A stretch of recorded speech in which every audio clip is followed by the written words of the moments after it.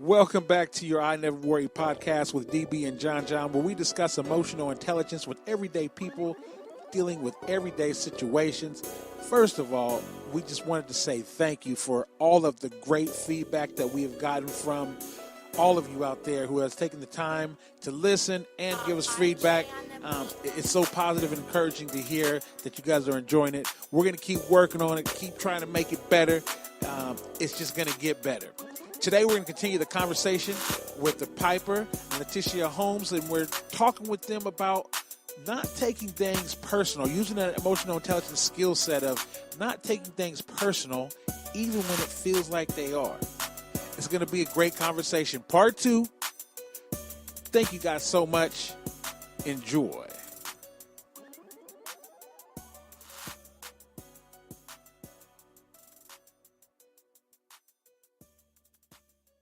What's going on? This is Jinho, the Piper Ferreira, and you can check me out on the I Never Worry podcast right now.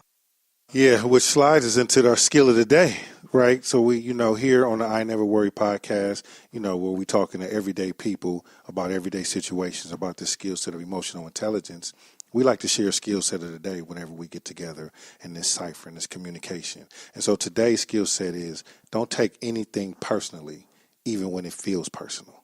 Right? Never take anything personally, even when it feels personal. And so, Tosh, tell me about that. When you hear that, like, how does that, what do you think about that as a skill? You need to master it because it is extremely hard to not take anything personal. I just recently dealt with that. So the people you grow up with, your friends, your family, you think everybody supports you when you're doing, I wrote a book. You think everybody's going to support you. Negative. No, seriously. Like, I had people, my book has been out since the end of July, and we're in January. And people are like, well, what's your book about? Well, how do I get it? These are people I grew up with. Right. Like, seriously? Like, I don't even need your $20 at this point. Right. Like. So tell me how that make you feel. So are you taking that personal? I did at first. Okay. But now I don't. Because what I learned is everybody is not for you. Everybody is not your people. Everybody is not your audience. You have to maintain your own sense of self-respect and dignity no matter what anyone says or does. Right. And if someone doesn't want to support you, that's for their own reasons. I don't even need to know why they don't. I pray that they get over whatever it is. And I'm still praying for that person. But my main focus is me and my happiness. And if I'm not happy within, I can't be happy and I can't please anyone else. So with that being said no, I don't really take too many things personal anymore. I look at you, I know, and I move on. Are you able to identify the difference when you feel like when you take something personal, because there's a certain emotionally charged, absolutely. And then when you decide that you're not, can you articulate like the difference, even in that situation? Well, in that situation, it's a certain person that I would think that would support me. I watched her grow up as a kid. She's doing her thing. She be hosting little events. Never gave me an invitation or Say anything. her name. Say her name. Don't say her name. She know who she is. No, but so it kind of made me feel very uncomfortable for a long time. Mm-hmm. And then I had to realize that's not your situation, Tasha. Right. That's her shit she got, excuse my language, it's okay. that she needs to deal with. Right. It's not you. Right. And then as my journey has begun, as I'm starting to evolve, I know now that everyone is not a part of your process either. Right. You're going to lose some folks. Yeah.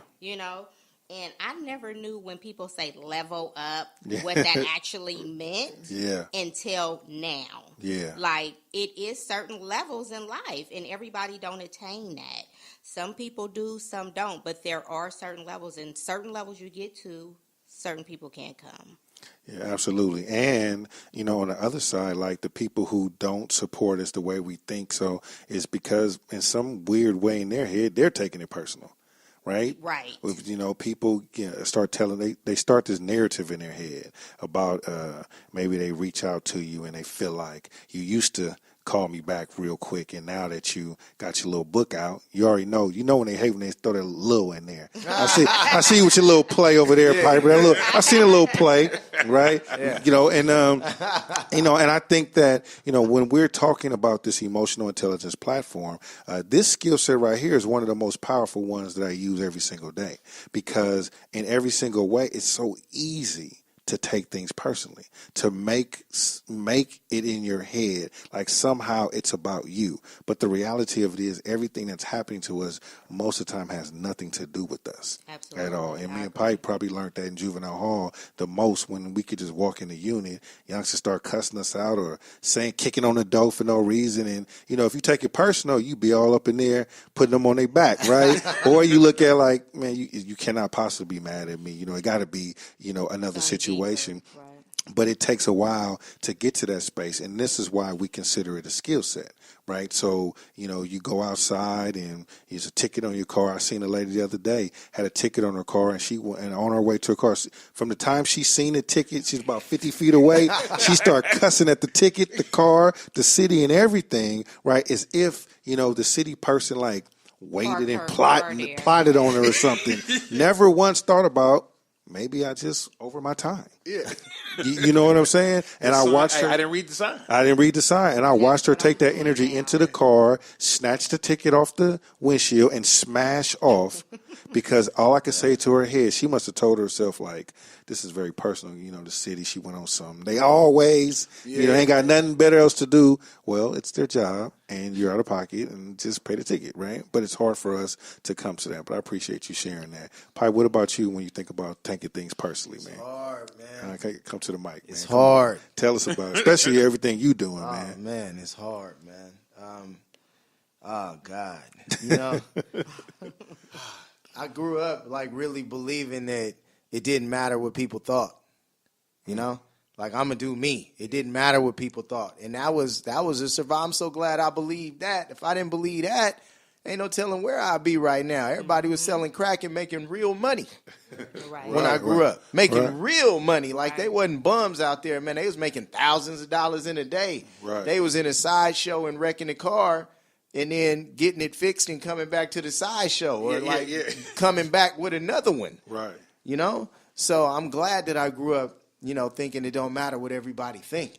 But then when I went into law enforcement, man, and, I feel like I'm going into it for this golden reason, right? It's like, lightweight, idealistic. People, wasn't we just all on the same page last year? Yes. We was nodding our heads in agreement, right? So just going in there and then feeling that energy, it was hard to not take that personal. Yeah. It was hard to not take that personal. These cats that I know, I'm going to tell you something else is hard to not take personal. When I'm on a panel or something, or I'm talking to people and I'm out there and I know all these cats from the arts community and the political community and the street. I know these dudes, and I'm out there and I'm speaking and they going hard, lightweight, coming at me sideways a little bit, but not directly. And then as soon as the lights and the cameras shut off and the press leave, man, Pipe, really appreciate what you out there doing, man. We need you out there. You like, what? And a little more dialogue on that, too. Like, sit on the panel. Like, tell a little bit about what your position. Like, you're not on the streets. I'm not out there crack no more. dealers. I was able to chisel out my own, lane. And it had a lot to do with the play, because the play was the first piece of art that I created. Even though the music was real and it was, all over the world, it wasn't talking to my homie that was selling crack. Right. And the music wasn't, it wasn't talking to the mayor and the city planner either. They wasn't listening to it either. Right. This was the first piece of art that I created where you could literally look out and see a cat that just got out the pen, and an activist and teachers and cops, whole administrations was coming, like chiefs of police and stuff. Right. I performed the play in the jail.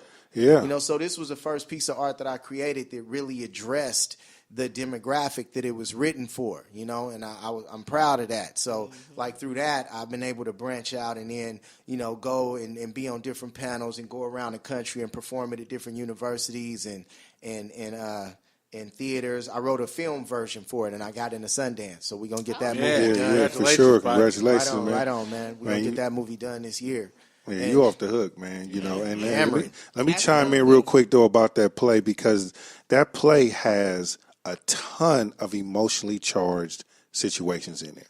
And I'm gonna try my best from just being a fan, a friend, and being in the audience. When I see the play, you know, the play is basically, you know, talking about a brother out of West Oakland and a cop out of West Oakland, right? Took separate paths. They meet again in a dark alley, and what the audience discovers along the way, that there is a common thread. Wait a minute, is the play still playing? Like, I just ended the run at December. Well, I definitely won't be able to give up the whole story, but it's important, I think, to understand what Pipe has done here. Right, you know what I mean? No doubt. I mean, for Pipe to be out of West Oakland, to be in the music business, to be in the streets, to be connected to a lot of people in the streets, to work at the probation department at Juvenile Hall, to go on a world tour, to come back, put this play together, and play 17 characters. Yes. And when I say play, I mean, this is what I was plays going them. this is what I was going to get to. So when my man say come to the play, just like you talked about, right? When your partner, somebody you with, if they ask you to come through, it's like, all right, I don't even know what the play is about. You just say come through, I'm coming through. Man, when that boy came out and oh my goodness, the beginning, the tribal piece, you know what I'm saying? Oh my goodness, like I was like, oh shit, this boy can really act. And I was like captivated the whole time. And what I was saying about the story is that, you know, they cross paths, the dude out of West Oakland and the cop, in a very way that can happen very easily because, you know, just like, you know, you work in law enforcement, right? Okay, you might be out the way, but your family and your ties may not be out the way. So the cop's niece is still in the trap, right? She's still in the mix, and she gets, you know what I mean? She run across a pimp, right? Who run her. And then she wound up being dead. So everybody don't know this, but the cop knows this, and he knows who's responsible for it. So he catch him in a dark alley, and then everything unfolds from there. I mean, probably if you want to illuminate a little bit more, but the thing was so emotionally charged, but was so dope about it. It's not just that part about it. Then this boy highlights the spectators, right? Which is the news person he's got like who this tells Rush the story Limbaugh from type character. Yeah, from their very, you know, the minister preacher, the Muslim preacher, the, you know, the right wing, left wing. I mean, it's just, I mean, the dude's in jail who's watching all these things unfold. So he's able to articulate all these different perspectives about this one particular situation that it's just something that you just don't want to miss. So you don't want to be. Did And you then, write a play for Made You Look? You catch him at the right. So he definitely can. Does he have time? I don't know, but he definitely, he bring that thing to life. let me tell you, We both thinking about business. She's thinking about her book. I'm thinking about DB need to be my manager. Man. Publicist. I ain't never heard the play communicated like that. But no, you should have wrote the overview for that. Right. Hey, that's how I took it let in. me tell you something, like how it affected me, like, because when you go see this play, or if you go see this play, or any of Pipe's work, really, like, it's going to trigger emotions within you that you don't even realize that you have. And I'm not just saying this because I know, like, it's going to trigger some emotions, and it's going to trigger thought. Like, it's going to make you really start thinking. Like, I see the police differently because of you and because of that play. And let me tell you this, like, not only did he walk the Pussycat Dolls and the Black Eyed Peas in my car, right? But this man was on tour with Snoop Dogg and The Game, right? And then he's a county sheriff, but he paid to go through the academy himself. Like, he didn't apply. Straight out of West They Oakland. said, we want you, right? And so when you know and dominated the academy. Don't dominated forget the that academy, part. Went yeah. out there and So, dominated. like, when you know his story, and then you go see his art and you go see his work, it's going to trigger something in you that you've never felt before, and really it's going to trigger thought. And I think that's what we're missing in America, because thought makes you research, and research makes you read, and you know what I'm saying. And through research and thought, you learn history. And I think that those are the things that we're trying to trigger here from our platform. Yeah, for sure. And your story and where you came from, and what you've been through, and you kept it real. You're a spoiled little girl. Like there's no reason for you to go rob banks. The worst. Yeah, there was no reason for you to go rob it. Like, My it's mama not the was story that my mom was poor. I was trying to keep the lights on. Right, Like, right. no. Right. No struggle.